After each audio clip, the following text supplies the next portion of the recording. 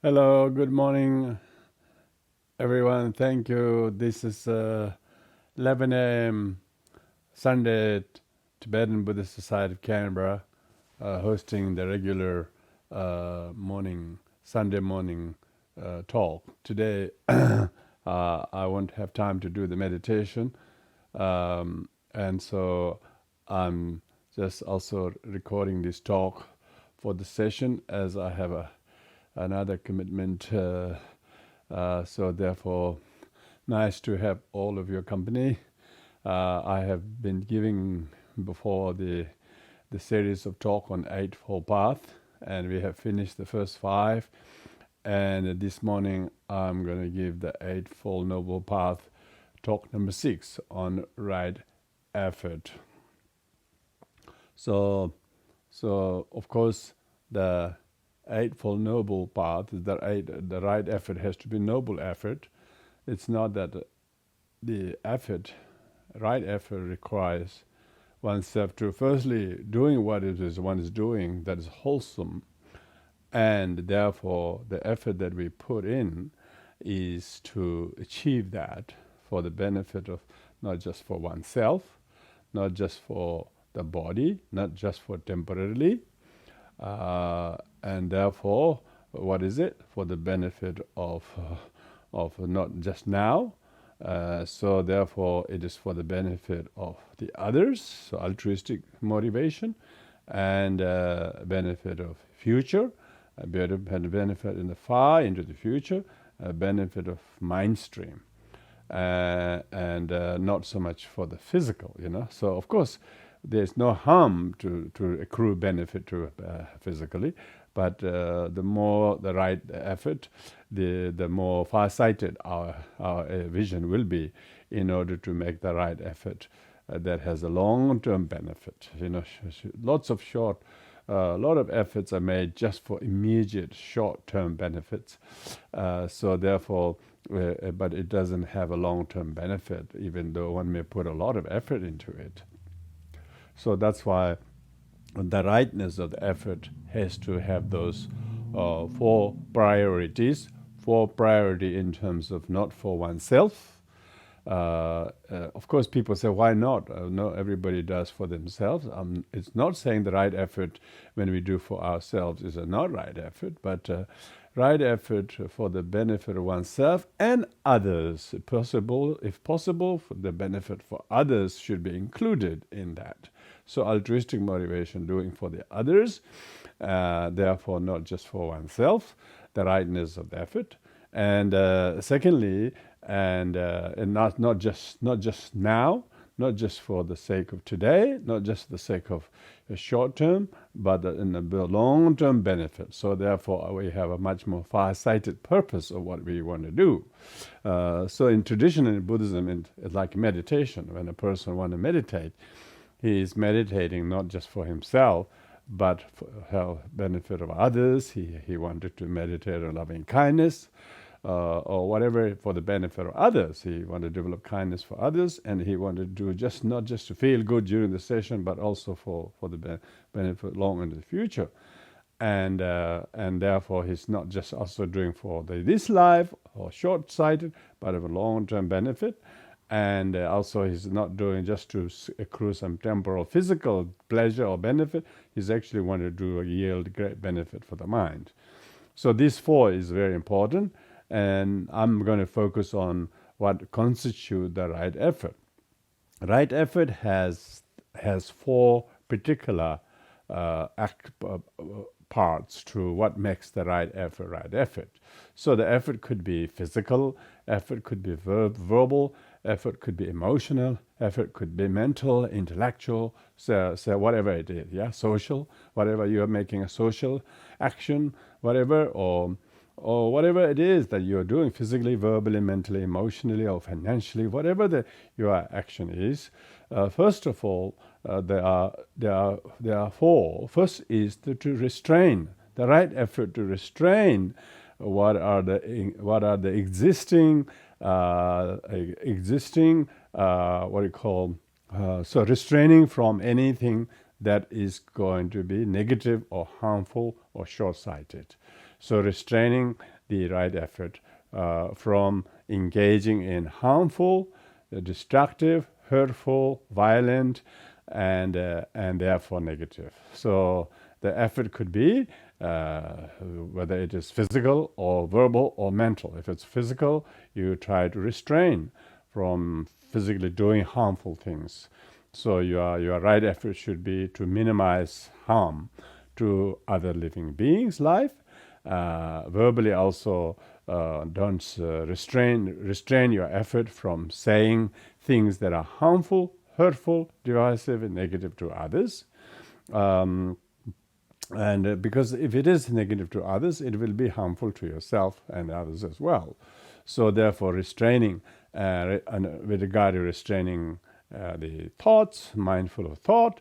So you have to learn to restrain your thought, your perceptions, your opinions, your views, your opinions. You wouldn't believe how unrestrained views, unrestrained opinions, unrestrained thoughts, and ill will, and wrong views can cause so much suffering to oneself and others. So therefore, one has to be cognizant of learning what to restrain, in terms of mentally speaking. And emotionally also, anger, hurtful, guilty, resentment. One needs to learn to restrain those negative emotions. So that's the first of the four efforts, a right effort in terms of restraining the negative thoughts, words, deeds, actions, attitudes, perceptions, and wrong views, particularly restraining wrong views. So, and then second is to abandon. So abandon is existing habits that you may have. The first one to restrain is to not to restraining from doing anything new, negative deeds, words, thoughts, and attitudes, emotions. And then second one is to abandon the existing habits, attitudes, opinions. When you know that, my attitude towards my dad or towards my in-law or towards someone is very, very judgmental, negative, resentful. So therefore, one deliberately go and abandon it. One try to uproot existing. So we're making effort. So when one meditating, one has a very lazy habit, So one is instead of delaying and procrastinating and then finding excuses for oneself, saying I'm busy, I cannot do. Instead of that, you try to put the right effort to abandon those things, abandon those existing negative habits. Whether it's a lack of discipline for one's sake, or for instance, you just have certain existing habits of making negatively, nagging at somebody, complaining to somebody, speaking behind people's back, or doing harmful to others, or worse still, that one is holding grudge towards people or events, and then always holding that ill will and wrong views and hurt, guilt and enmity towards them. So one needs to exercise a great effort to uproot such all existing negative habits, attitudes, emotions, behaviors, physical, verbal, and social, otherwise, whatever they are. So one has to try to abandon, like give up. Abandonment, give up. So if one is smoking habits, or one has a kind of drinking habits, or one has a kind of a delaying something that you meant to do to other people. People really, you actually have some responsibility to do. You instead of sitting on them, abandon such an act of delaying, or procrastinating, or finding excuses for not doing, because right effort means diligently try to uproot the existing habits. So many say one has caught a lot of things of backlog having done, even though one meant to have finished weeks and days ago, but one has not yet done. So the right effort is try to abandon such delaying tactics. If you can't do at all for whatever reason, then make sure that you find someone else might be able to help it. But if it's an individual personal thing, then one needs to learn to abandon existing habits. So that's why people who are learning to meditate, for instance, or exercise, they need to abandon the not meditating behavior or not exercising behavior. So they are putting right effort to abandon such procrastination or lethargy or sort of postponing or finding excuses or finding that I'm busy or I'll do later. All these kind of things that one has, one needs to give up those existing kind of a negative. So lack of habit, lack of effort, lazy habits. One just have to learn to abandon them. If one, for instance, one has a habit of doing certain things, and whenever one does that, nobody likes it. So one knows that that's a weakness side of myself. So I need to make a right effort to abandon that. So you try to not only restraining from doing more of the negativity things that we were talked about before, but try to abandon existing habits, existing kind of traits or propensity that one has, the habits, try to break the habits. So those two, restraining and abandoning, are the two right efforts in relation to control one's old negative habits, right effort to abandon negative habits, and right effort not to introduce new negative habits. So what you do, whether you are studying, whether you are meditating, whether you are exercising, whether you are studying, whether you are helping somebody, or whatever it is, you are doing all of that in order to restrain those negative things and abandon existing negative habits. And then the next two is to do with positive effort, putting your effort in the direction of positive things. For instance, you are meditating. First you have to cultivate new positive habits. So you have to cultivate. You have to start doing what you haven't been. So, for instance, exercising or meditating, or learning languages, or gardening, or helping somebody, or whatever. You need to cultivate, find the motivation and inspiration, and lock in time when you're going to do them. So you cultivate a discipline. Right effort is cultivating a discipline. For those of you who are meditating, you make a discipline. You make a schedule that I'm going to meditate this time, and so you cultivate a discipline. If you lack a discipline, people definitely lack discipline. If you want to change your diet, you cultivate a discipline. So when, from, and what will you do? So for you want to go dieting, or you want to go exercising, or you want to do some walking, or you want to do some things with the society or community out there. You try to cultivate a habit that you can be very beneficial and helpful to others if you get up and not being lazy, but you cultivate a kind of a conscientiousness of time. You're very mindful of your time, and you know what is expected of you to boost your morale and confidence and effectiveness. And so you need to cultivate the time, when you got to start, how frequent you are going to do, and also how long you will do. Don't try to make it necessarily long, Try to do how frequently. Say if you're meditating, how many times you will meditate. So try to cultivate a non-existing habit, positive habits. Cultivate a habit, for instance, to verbally greet somebody. Actually say good morning and say their name, or whatever. Yeah, verbally, maybe if you see them, or also physically, also show some very nice body language. Cultivate a right effort to do that first. Try to show the courtesy and greet someone nicely and respectfully, and that kind of a right effort of cultivating that, and cultivate the good habit of try to speak kindly to others, try to speak respectfully to others, and so that you know that I could improve myself speaking more kindly, more respectfully, more courteously to others. So you have to cultivate that.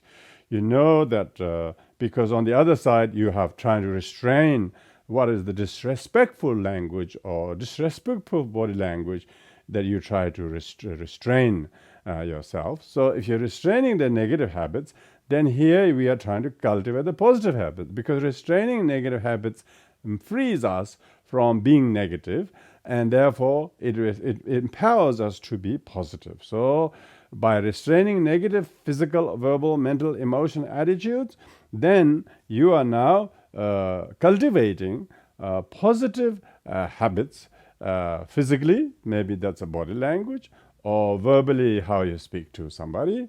And then also attitudinal, also you really deep down, you really care for them or respect for them. And so you are therefore cultivating this. So right effort in cultivating new positive habits, new positive habits that actually, as a result of being able to say a nice greeting or say kindly or say thank you or please or I'm sorry or I apologize, whatever you try to use those magic positive words when you try to cultivate using those things.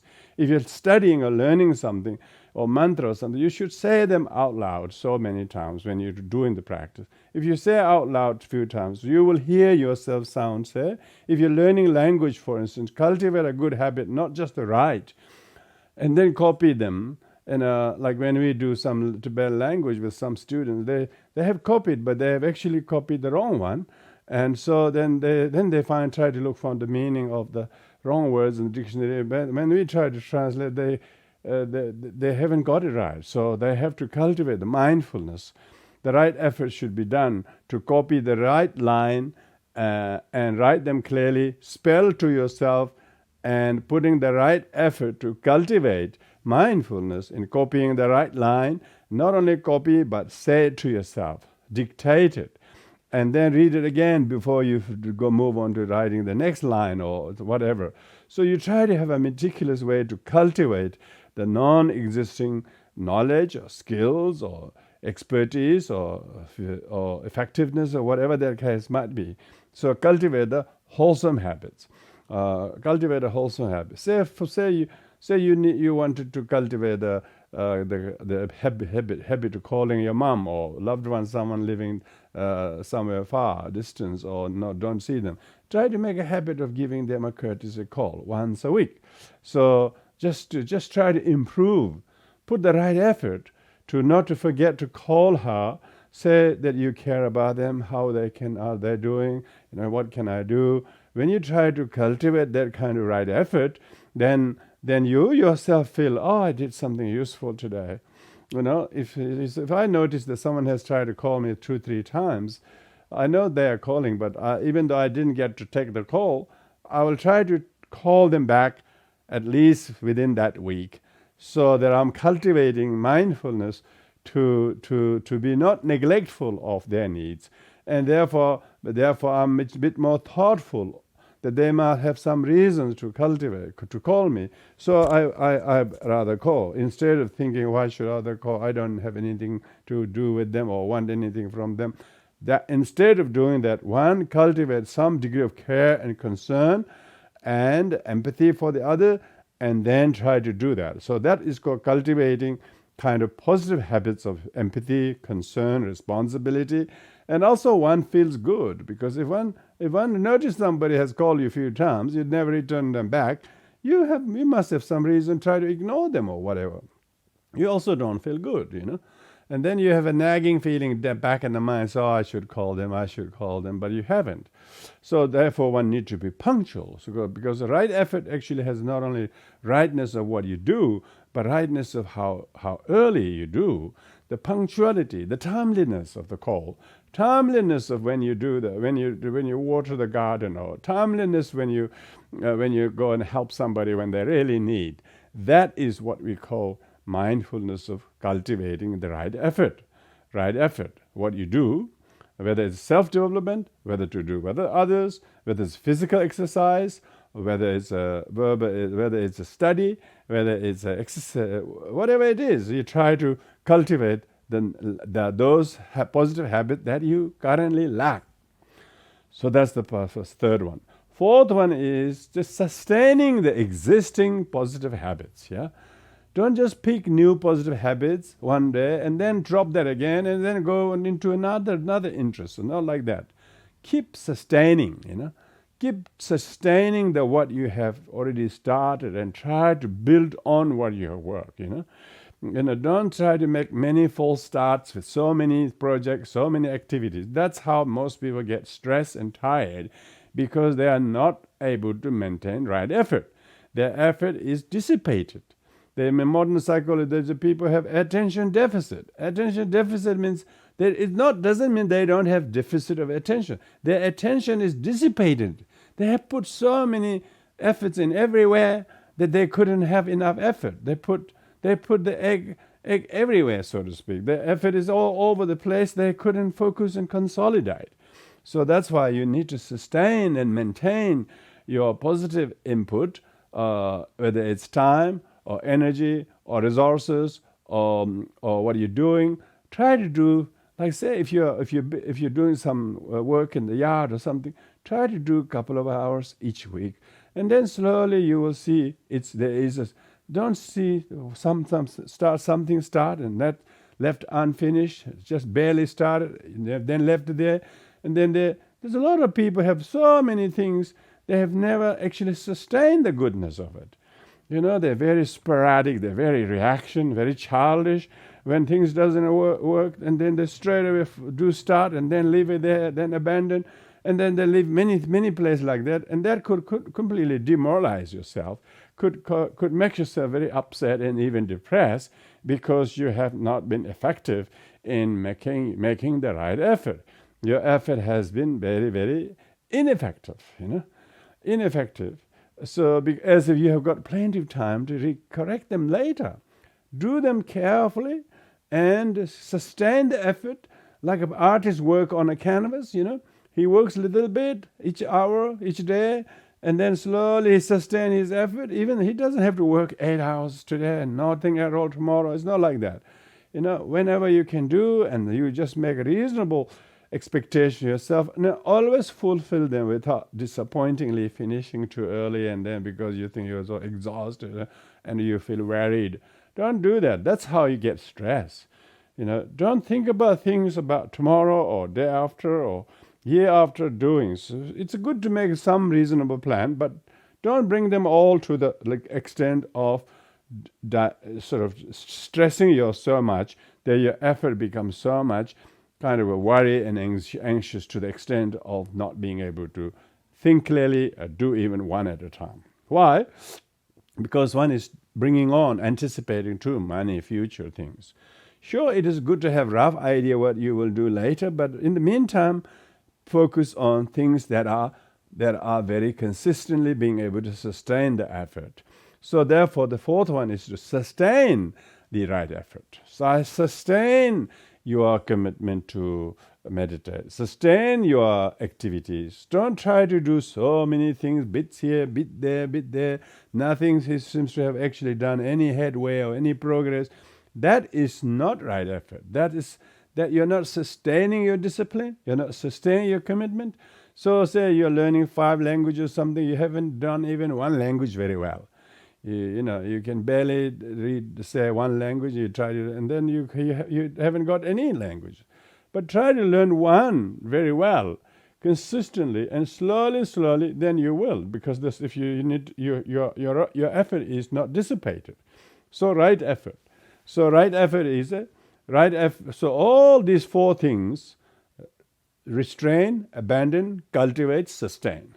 The first 2, restrain and abandon, has to do with negative things.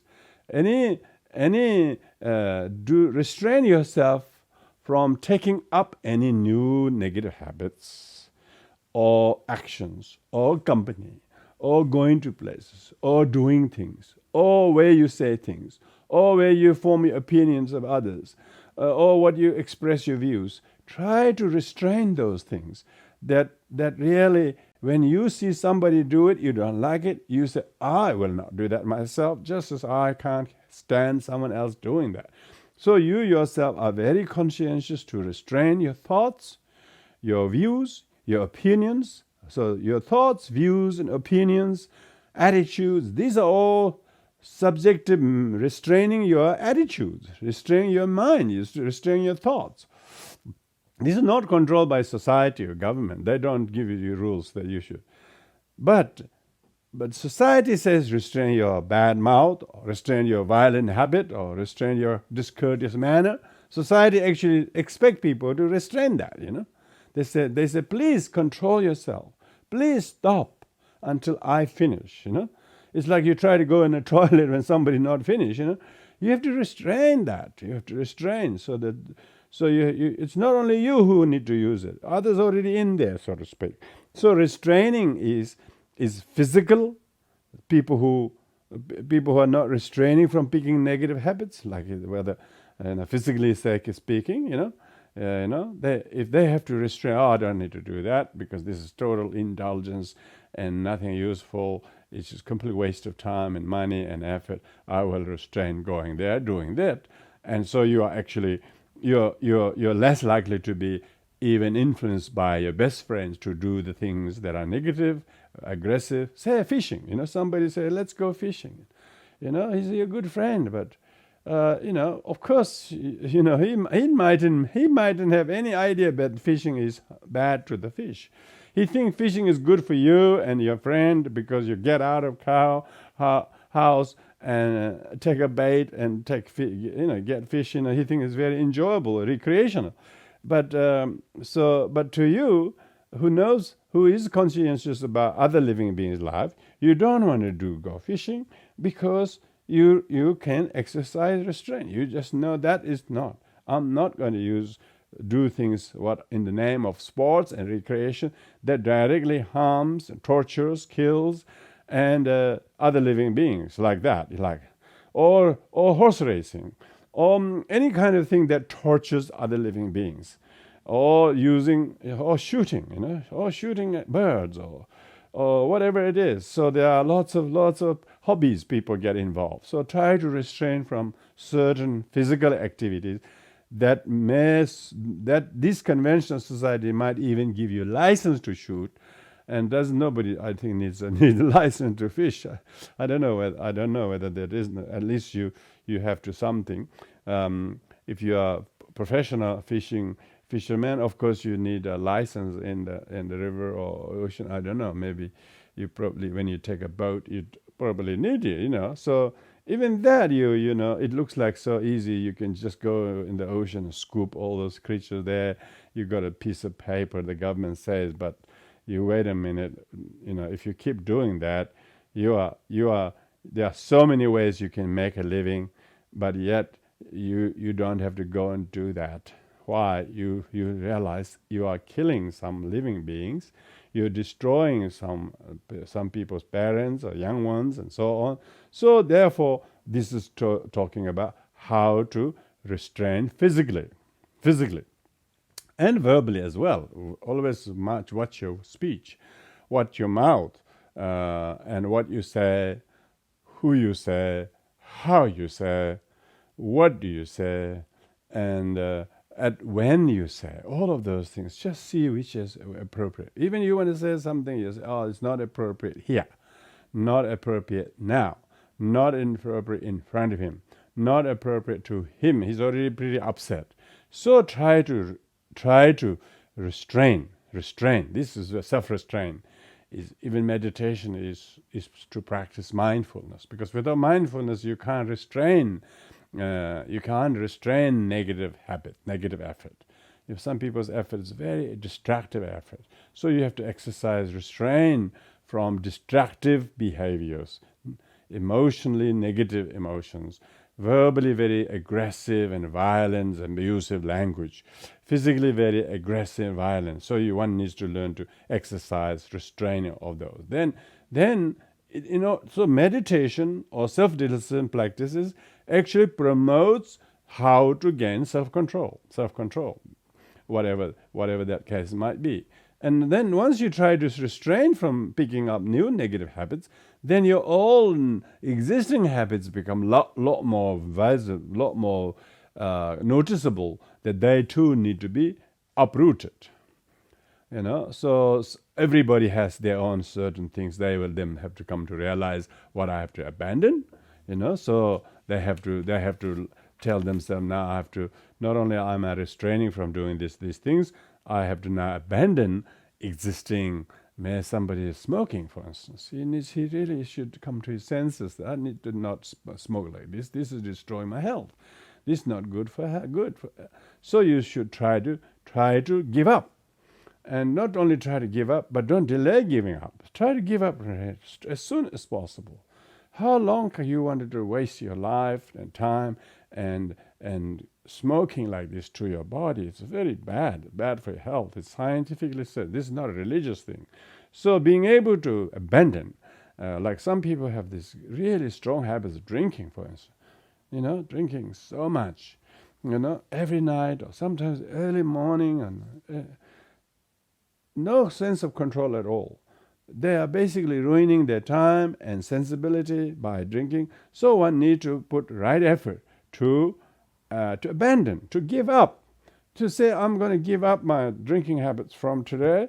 Today is my father's birthday. Out of respect to him, he would long wish with me to do this. I have not done right now until now. So I will tell him I'm going to do it on your birthday day. Give him some kind of encouragement. Even though you could do that on your birthday, tell him, I'm going to do this for your birthday, Dad, because I know you want me to change. I'm going to change. So when you do that, you can see it's the right effort. What you did really can give you so much boost of energy and motivation and inspiration to yourself and to others. So when you do that, when you employ right effort to restrain new negative habits and uproot existing habits and give up them, you will see your mind is a lot clearer. You are much more lighter and brighter in your conduct, your way of life. It's correcting your life. It's actually making you healthier, intelligent, more wise, and happier, and also people like you because you are changing. They wish you change, but some people are not liking you the way you wish because they don't see you're making no more improvement at all. And so if you do that, it will make your mother happy, or if you make your friends happy, and if you inspire other people, if you make a right effort, because your right effort can be very positively inspiring for other people. Negative effort could be very, very negatively contagious to other people, So if you're drinking and you're not giving up your drinking, then every other person will get to know you, and you will probably teach them to drink. You will encourage them to drink. You offer them to drink. You take them to places to drink. You introduce them to various drink. So you're instead of abandoning your own existing negative habits, you're actually introducing to other people, which is very, very harmful. Who taught you to go to play in the pokies? Who taught you to go and play like that or gamble like that and go to the races and whip the horses and that kind of we think it's a great festival or something, putting very funny hats and high heels, drinking wine and whipping the horse. You think that's it's completely senseless. There are lots of people who will do it. There's no danger of losing that trade. But you yourself, you come to your senses. Is it something you really want to keep doing that? Abandon such habits of gambling, abandoning such of torturing, because they are not only gambling your money, but you're also torturing. You're actually sponsoring the torturing of those poor horses that doesn't need to run even a mile for their own joy. They're not. They're just forced to carry this big man and who's whipping them and all this crowd cheering them as if the horse got something to gain. Nothing. So that kind of activities one should abandon. One should not contribute to that, but withdraw from being. That's what the right effort is. Yeah. So not gambling, not using violence, not using aggressive language, not brooding negative, destructive emotions such as hate and ill will, resentment, bias against culture or language or people of different colors or like that, and dividing and causing a lot of division in the community. All those things one needs to restrain and abandon. Instead, one should cultivate to promote harmony, promote respect, promote social kind of equality, and looking after the poor, and looking after those injured animals, looking after those who are helpless. These are the right effort that one needs to put in. So that's why when we say right effort in Buddhism, people might think it is mainly a meditation. Yeah, of course, if you just entirely think of right effort and meditation, you should firstly make sure you do the meditation. Secondly, make sure that your meditation is not sloppy, it is timely, it is not too long and boring, but try to make a short, sharp, and very good informed techniques of meditation. So restrain from the dullness and laziness, yeah, and abandon the habit of dozing off or leaning your back on the wall or something. If you do that, your meditation is not receiving right effort. Your effort is really sloppy and lazy and ineffective. So instead, you should cultivate the punctuality, the timeliness, the how long you will meditate, how many slots, how many. If you're doing just silent meditation, you just say, I'm going to do this many minutes on this technique and this technique. So you become very, very effective in terms of how you cultivate your physical discipline of stillness, mental clarity, and sharpness of attention. And so try to cultivate the new sharpness of the techniques, new tips in your meditation. Don't just use the same technique you use every day. Try to always find a new way to bring some kind of freshness and innovative way to do things. So cultivate how, like say if you're doing, say, refuge or something, you don't just say refuge when you're doing refuge. Also try to incorporate bodhicitta with that, compassion with that. When you're doing refuge, you're not just asking for the Buddha to give you some blessings or something. No, you're also cultivating compassion to other sentient beings and fear for them, concern for them, empathy for them. With this in mind, you are saying refuge prayers or so do some prayers are very, very, very, very productive, very, very moving, because you're cultivating right effort. Otherwise, you're doing as kind of monotone commitment. Oh, I've got a commitment to do this. This commitment is not a burden, Commitment has to be a delightful gift to yourself. It should be a gift. It doesn't mean you have to do only while you're sitting. You can go down to walk around the block, and you can do a very mindful half an hour walk that was really good, So you are cultivated, you're on your walk. You didn't just walk. If there's something to pick up on the road, maybe a piece of bone or a piece of litter or something, pick them up, put them somewhere safe, and walk mindfully, and so on. So you can actually make your effort so meaningful. Even if somebody asks you to do something and which you said yes willingly, then do it with a great sense of motivation. Cultivate the kind of motivation. If you can't do it, don't take on yourself. So it doesn't mean the right effort doesn't mean you have to take on too much on yourself beyond your ability. But at the same time, don't curl in as if you don't have any need to do, because when you do, what you're doing is you're actually discouraging yourself to be effective. You have to live. As you start to live, you have to cultivate. So it doesn't mean the right effort doesn't mean you have to do a lot of volunteer, you have to do a lot of work for others. It doesn't mean that. Right effort means doing your own things, whatever they are. Just said certain time. By this time I'll do this. By this time I'll do this. By this time once a week I'll do this, and just do them regularly, and you will see some kind of routine happening. When you have a routine happening, then also you have time to put your feet up and not worry about what you haven't done, because you have done them all. When you do that, then the right meditation practices will induce the clarity of your mind, effectiveness of mind, and productivity of your mind. And as a result of that, you will physically also look after your well-being. If you have to look after your body by doing by exercising, by eating well, whatever it is. You just have to practice the right effort in those directions.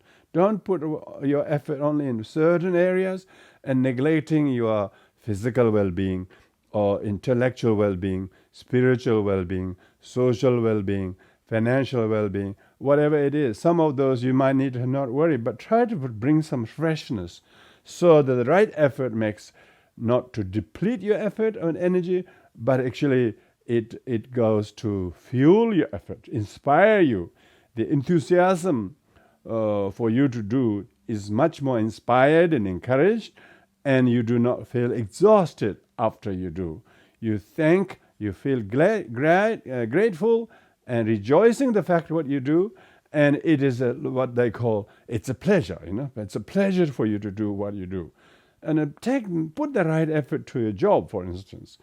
Firstly, try to restrain some of the problems that is related with your work where you're having problem. Maybe your attitudes, maybe your behavior, maybe try to restrain those things. That's what's making your workplace or toxic, because you're bringing these things with you and others bringing their negativity. Then it becomes whole toxic. So try to restrain those things you bring. Try to abandon the things that you bring to the workplace where the work is very difficult. Why you're finding that? Because you need to restrain those negative attitudes, thoughts, views, opinions about your work, and you need to abandon them altogether. But instead, you need to cultivate the right motivation, saying work is where I have ability to share my skills and knowledge and years of experience, so I must contribute effectively. So with this, have a very enthusiastic, cultivate the enthusiasm what you're doing, and sustain the enthusiasm from day before, or if you have worked there 10 years or 5 years, whatever. Try to build skills and not just always sit on one thing that you do this very well. Always try to improvise, make it very interesting, make it useful, and so that if you're going to move it on, always make sure the effort or some knowledge that you have are very effectively passed on to somebody, so they don't feel completely stranded or left in the middle. And then they will feel that you haven't just disappeared all of a sudden, and they feel you have gone and nobody looked afterward. No, you have completely empowered somebody, and teach them, show them, empower them, give the great tips what you have done, and then you actually have actually recruited someone or taught someone, shared someone for that effort that you have been building all this time at your workplace, so that also a great benefit. Society is great overall with this kind of right attitude. If you do the things we do, then it will greatly society becomes the beneficiary. Then that's exactly what we were saying. Don't do it just for yourself. Don't just do it for now. Don't just do it for the body. Don't just for this life. Do it for later. Do it for your mind. Do it for others. Do it for the future. When you have this attitude, then you can see, I too am enjoying many of the good effort made by many people, like say some of them medicine, some of the technology we use. Many people have worked so many years of their effort to develop these things to our convenience. Now we are reaping the benefit. Likewise, we too wanted to chip in, contribute something that the society at large will be greatly benefited. And you don't have to be some kind of Nobel Peace Prize winner or anything like that. It may be just half a dozen people knows what you do, but they know that you have not only lifted your weight very well, but also you have done in a very, very right effort in a way. So because of that you actually feel the energy has been not only cultivated, that is positive, but also has been sustained. Negative habits have not only been restrained, but also has uprooted the existing one. When you have that, there's an amazing lightheartedness. One feels ready to go or move on, whatever other things one may. If you want to move from one to another, you can, because otherwise you become too hearted. Do want to do this, don't want to do this, you don't want to do this, but you still can't let go, because your effort has been hasn't been very effectively utilized. So when we talk about right effort brings this amazing kind of enthusiasm and joyfulness in your effort.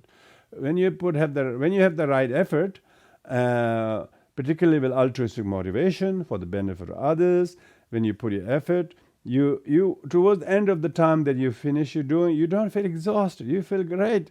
You wish you could do something else too. So your motivation is reignited by this. So therefore, it is said in the Mahayana teachings that when people have this fourfold right effort, they discover new legs. They will discover new legs of miracles. They almost find new legs. They find completely armed and legged to be able to do more things because they have the right effort. So it's not that you get old and you can't do anything. Even when you're old, you may do only a quarter of the things you do because you're not working full time or whatever. But still, what you do has amazing experience and expertise with which you empower other people to do. So with this in mind, the right effort as one of the Eightfold Noble Path needs to be practiced, because it's all about, we don't have lots of time. We are getting older. Life is impermanent. Sickness and death and all the tragedies are not just waiting. They are coming. They're coming. They're just running at us. And so we must embrace them graciously and do a few things done without feeling surprise and a shock that they are arriving. That one time, there will be time we won't be able to do many things. Then you have the humility not to. You don't feel bad you can't do. Because you've done whatever you can do when you meant to do. And therefore there's no sense of guilt. And you will, even you don't get sick, even you don't get old, but even you will have to die. You have to leave everything unfinished. You never do so much that you finish, okay? You never finish doing by doing. So don't get so workaholic that you think you have to always do. That's not right effort. Sometimes you don't do. Sit quietly and watch your rounds of breath and rejoice all the times that you have spent meaningfully in the past. That could be a right effort. Meditation is more to relax and sit back and not push yourself in the rat race of everybody. Try to multitask yourself and try to do many. That's not right effort, okay? That's a toxic.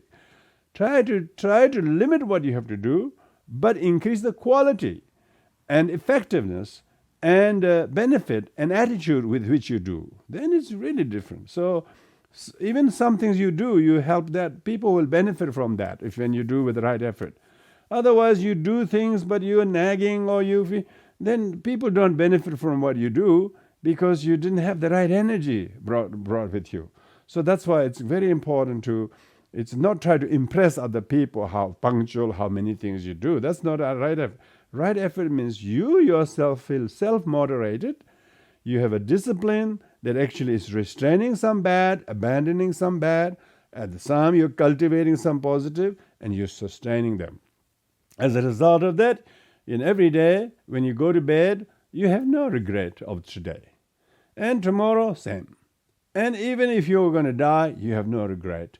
And that is the benefit of right effort, So right effort has the meaning of you try your best, and it's not so much that we have to reach ahead of everyone, or it's not that we should be the first one to reach the summit. It's just do what we can honestly, and what we can't, don't feel guilty.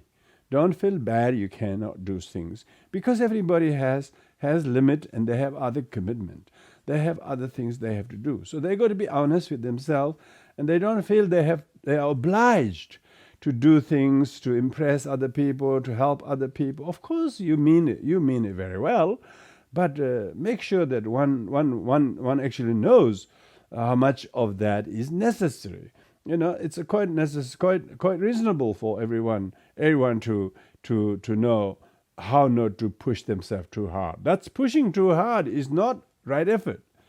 It's a wrong effort. It's a wrong effort. You be cross at what you're doing. you'll be disappointed with what you're doing, and then you haven't got any satisfaction from what you're doing. The purpose is to benefit oneself and others, and otherwise right effort. Like the Buddha spent all those years in meditation, attaining enlightenment. His right effort is completely cause of inspiration, benefit others. Even now, after he passed away 2,600 years, that his right effort of sitting upright under the tree, fasting and avoiding every other company or activities, he just reaped all the benefit. And his benefit is actually rippling now. Even rippling effect is even enjoyed by many people. So with this in mind, one needs to understand the role of right effort into our everyday life. So with this, I'll conclude here. Thank you, everybody, for joining us. So next time I will continue again, and so please don't forget to to let your friends to share this YouTube or Facebook to others, because if you find that they're useful, it's good to let others know. That is the whole idea of it. Our effort of streaming this in this time is so that many more people are able to learn little positive tips in their everyday life. So thank you very much. So that's all. I'll do a short dedication of merits. Thank you. All by this merit, varaga, the diva, benzaga, homnez, me ale, berera, bevrande, ojana, badezenade, herenda, mayana, dije, whatever merera hevegra mehave because levas to the mahayana dije courage manju jenewode azama draba dradila follow Oh, de zamba, I shall de de mere, me de zelembo de jeda, treba, where na yadanzo, where has been bo, me dengri, frele, da generation.